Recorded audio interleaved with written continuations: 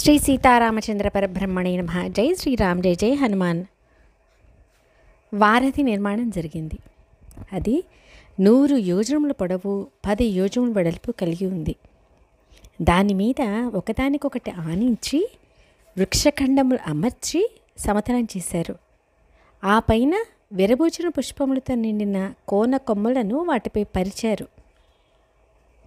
అగాధమై తళతళలాడుతున్న సముద్ర జలములపై విస్తరించిన ఆ అద్భుత వారధిని వీక్షించడానికై దేవతలు, మహర్షులు గగనతలమున సమావేశమైనారు.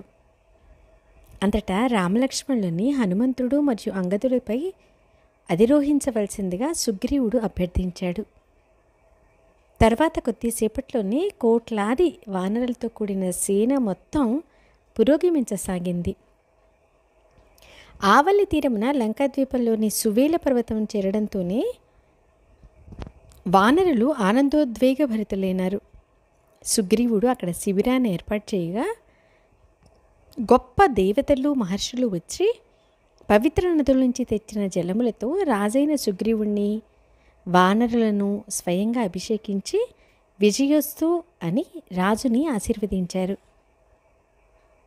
అంతటా రాముడు లక్ష్మణుడిని ఆలింగనం చేసుకొని, వానర, భల్లూక, రాక్షసుల్లో ఎందరో మహావీరుల వినాశనాన్ని సూచిస్తూ నాకు దుశ్శకునములు గోచరిస్తున్నాయి.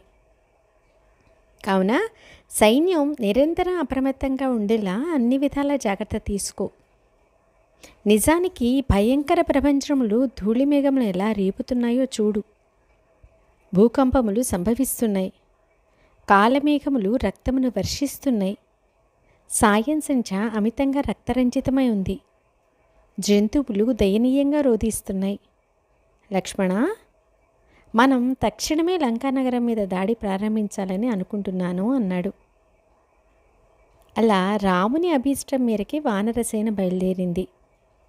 వారు లంకను సమీపించేసరికి వారి గజ్జారవములు రాక్షసులు చెవిన పడ్డాయి.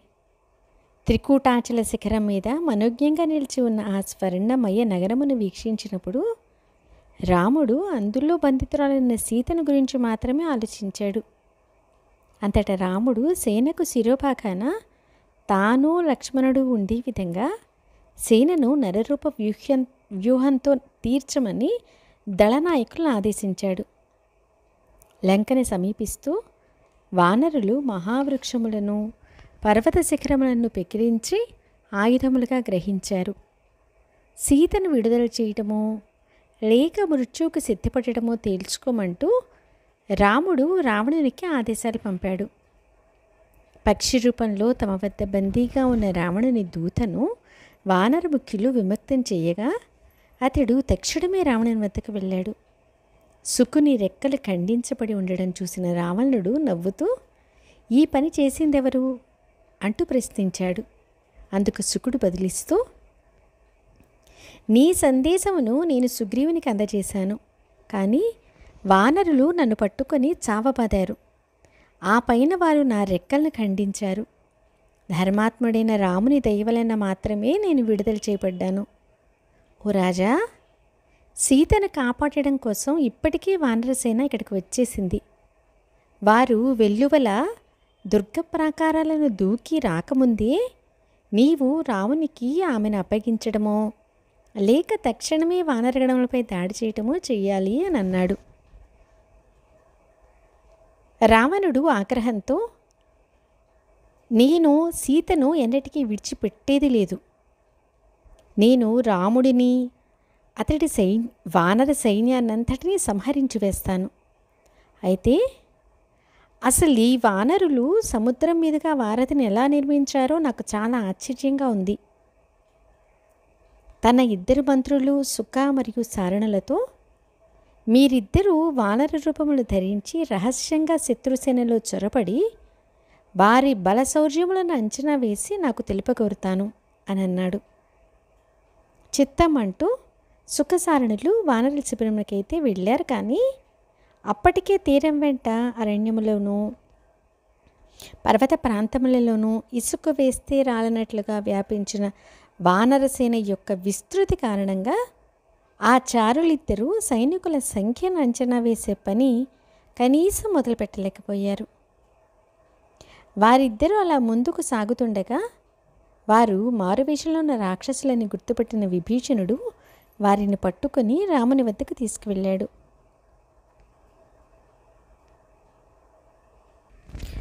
సుఖసారుణులు ప్రాణభయంతో రాముని ఎదుట చేతులు జోడించి నిలిచి, మేము స్వచ్ఛందంగా ఇక్కడికి రాలేదు.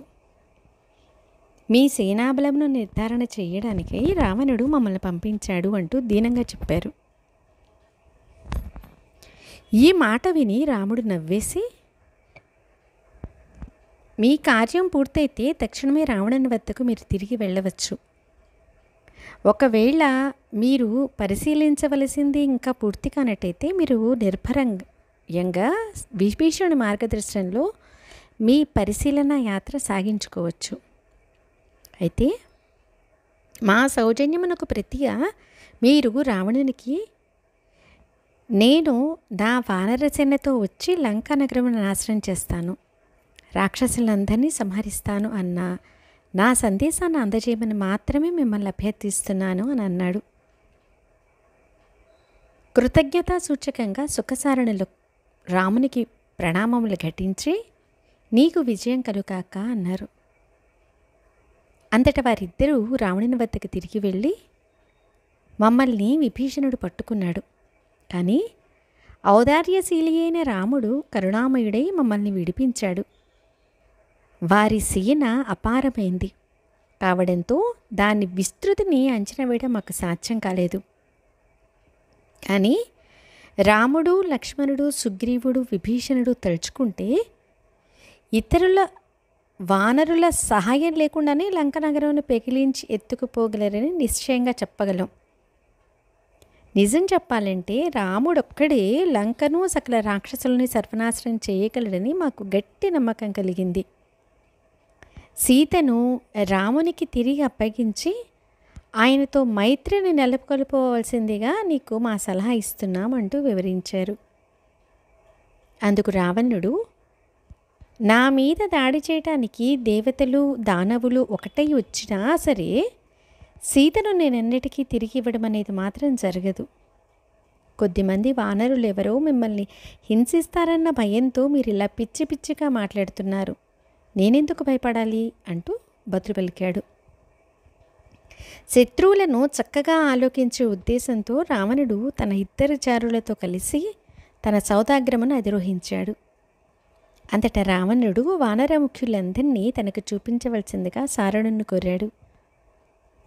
సారణుడు తమ అధిపతికి హనుమంతుడు, సుగ్రీవుడు, అంగదుడు, నలుడు, మైందుడు, ద్వివిధుడు, శ్వేతుడు, పనసుడు, వినతుడు, గవయుడు, చివరిగా భల్లూక సేనాధిపతి అయిన ధూమ్రుడు, అతడి అనుజుడైన జాంబవంతుడితో సహా మహావీరులందరినీ చూపించాడు.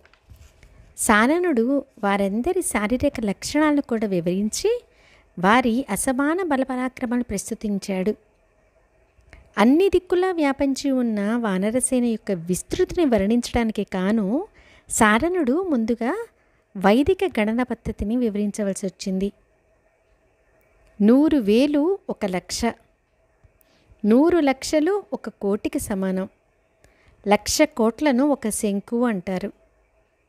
1,00,000 శంకువులను ఒక మహాశంకువు అని, 1,00,000 మహాశంకువులను ఒక వృందమని, 1,00,000 వృందములను ఒక పద్మమని, 1,00,000 పద్మములు ఒక మహాపద్మంతో సమానమని, 1,00,000 మహాపద్మములు ఒక కర్వం అంటారని, 1,00,000 కర్వములు ఒక మహాకర్వమని, 1,00,000 మహాకర్వములను ఒక సముద్రం అంటారని, 1,00,000 సముద్రములు ఒక యోగమని, 1,00,000 యోగములను మహాయోగమని అంటారని వివరించాడు. అంతటా సారణుడు రాముని వానరసేనలో కనీసం 100 కోట్ల మహోగముల సైనికులు ఉంటారని వివరించాడు.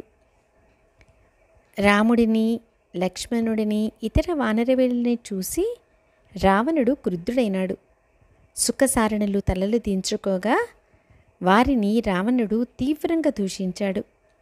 తన కోపమును అణుచుకునేందుకు యత్నిస్తూ మీరు నా సచివులుగా వ్యవహరించవలసి ఉన్నవారు, కానీ రాజకీయ అజ్ఞానంతో శత్రువుని ఆకాశాన్ని ఎత్తుతున్నారు. మీ వచనములు పరమకటువుగా ఉన్నాయి. మీలాంటి అజ్ఞానులైన మూర్ఖుల మార్గదర్శనంలో నా రాజ్యాధికారమును ఇంతకాలం నిలబెట్టుకున్నందుకు నిజంగా నేను అదృష్టవంతుడినే అయి ఉండాలి. మరీ ఇంత మూర్ఖంగా ఎలా మాట్లాడగలుగుతున్నారు? మీకు మరణం అంటే భయం లేదా? మీరు గతంలో చేసిన సేవల జ్ఞాపకమే మిమ్మల్ని నేను ఈ క్షణమే వధించకుండా నన్ను నిరోధిస్తోంది అని అన్నాడు. అలా నిందించిన రావణుని నిందావాక్యాలు విని సుఖసారణులు సిగ్గుపడ్డారు. తమ అధినేతను సంతృప్తిపరిచే ఆశతో, ఓ రాజా, నీకు విజయం చేకూరుగాక అంటూ నినాదం చేసి నిష్క్రమించారు. మరికొందరు చారులను ముందుకు తీసుకురమ్మని రావణుడు మహోదరుడిని ఆదేశించాడు. ఆ తర్వాత కొద్దిసేపట్లోనే శార్దూలుడు తదితరులు వచ్చి రావణుని విజయాన్ని కాంక్షిస్తూ ఆశీస్సులు ప్రవచించారు. శత్రువు యొక్క ఎత్తుగడలను నిర్ధారించవలసిందిగా రావణుడు ఆ గూఢాచారులని ఆదేశించాడు. అంతటా ఆ చారులు రావణునికి ప్రదక్షిణ నమస్కారాలు ఆచరించి రాముడు వానరశేఖులు విడిది చేసి ఉన్న చోటకి రహస్యంగా చేరుకున్నారు. చారులు వానర రూపాలు ధరించినప్పటికీ వారు రాక్షసులేనని విభీషణుడు సులభంగానే కనిపెట్టి వారిని బంధించాడు. అంతటా వానరులు వారి చుట్టూ చేరి వారిని తీవ్రంగా కొట్టసాగారు. అయితే వారి దురవస్థ రాముని దృష్టికి రావడంతో ఆయన కారుణ్య హృదయంతో వారిని కూడా వదిలిపెట్టమని ఆదేశించాడు. బిత్తరపోయిన స్థితిలో లంకకు తిరిగి వచ్చిన శార్దూలుడు అతని అనుచరులు రావణుని సమ్ముఖానికి వచ్చి ఇలా నివేదించారు. శత్రువులైన వానర సైనికులు ఇప్పుడు సువేల పర్వతం మీద విడిది చేసున్నారు. వారి మీద గూఢాచర్యం చేయడం సాధ్యపడే పని కాదు. మేము అక్కడికి చేరిన కొద్ది క్షణములలోనే విభీషణుడు మమ్మల్ని పట్టుకోవడం, ఆ పైన వానరులు కొట్టడం జరిగింది. రాముని కారుణ్యం వలన మాత్రమే మేము విముక్తులమై ప్రాణాలతో తిరిగి రాగలిగాం. ఓ రాజా, రాముడు లంకను మాత్రమే కాక యావత్తు విశ్వస్వరూపాన్ని కూడా నాశనం చేయగల సమర్థుడిలా కనిపిస్తున్నాడు. రాముని సైన్యం లంకా ప్రాకారాలను దాటి రాకమునిపే నీవు సీతను తిరిగి అప్పగించడమో లేక తక్షణమే వారితో పోరాటానికి సమాయత్తం కావడమో చేయక తప్పదు.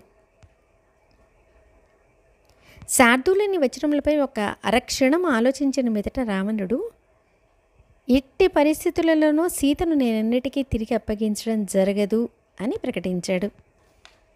సమావేశమైన సచివులు రావణుడు సలహా కోరాడు.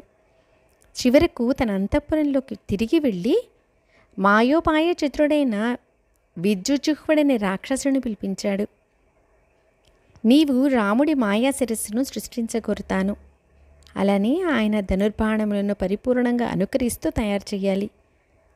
నేనిప్పుడు సీతను చూడడానికి అశోకవనమునకు వెళ్తున్నాను. నీవు నా వెంట వచ్చి ఒకచోట దాగి ఉండు.